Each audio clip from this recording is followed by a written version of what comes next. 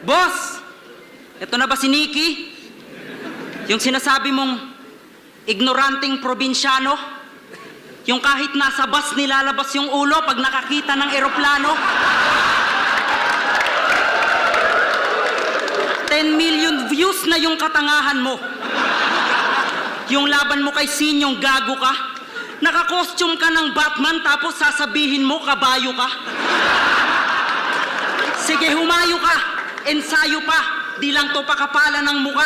Sa karerang to, ako ang tagahataw. Masakit ang bawat pahiya. Hiya!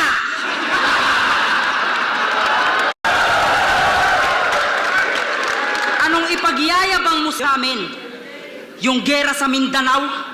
Na kesyo sanay ka sa patayan at may bangkay na natatanaw? Yung nakikipagbarilan?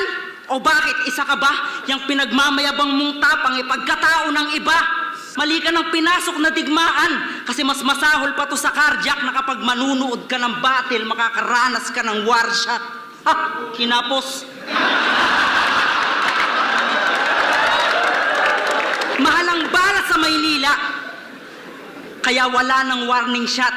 Titirikan na lang ng kandila kapag patay na on the spot. Di uso ligaw na bala, kaya sayang sa pulbura. May manghihinayang ba kay Nikki? Kasi sayang sa pulbura.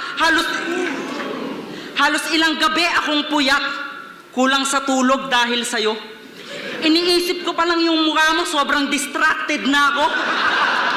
Ikaw ang pinakamahirap na nakalaban ko sa liga.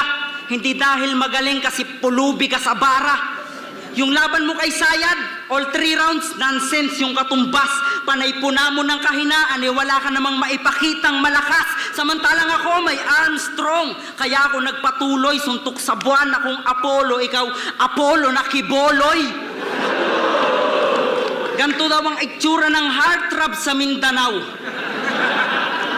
Ang sarap mong tsinellasin. Mahiya ka nga sa balat mo, hindi ka kayang itago kahit boysen.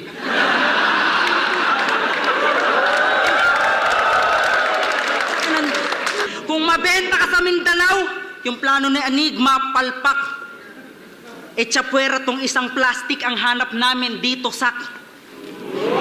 Pero nandyan na yan eh. Hati-hatiin na lang muna, gantong kabayong dumating, tapa lang to sa eksena.